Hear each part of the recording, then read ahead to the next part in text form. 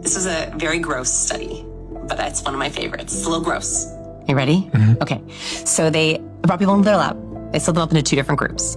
And they made the first group wear a sweatsuit where they catch your sweat and run on the treadmill. So they sweat a lot on the treadmill. The second group, they wore sweatsuits and they took them skydiving for the first time. Both groups sweat a lot. Treadmill sweat and skydiving sweat.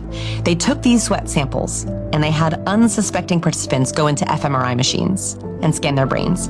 Then they gave them both sweat samples to smell.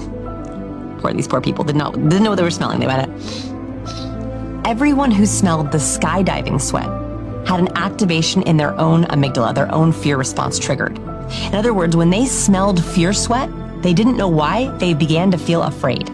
Everyone who smelled the treadmill sweat had no change at all. This means that, yes, we can talk about facial expressions and body language and vocal cues and words, but there's also something chemically happening with the people around us, that we can literally smell fear and we catch it. And that is also why it's really important to follow our gut.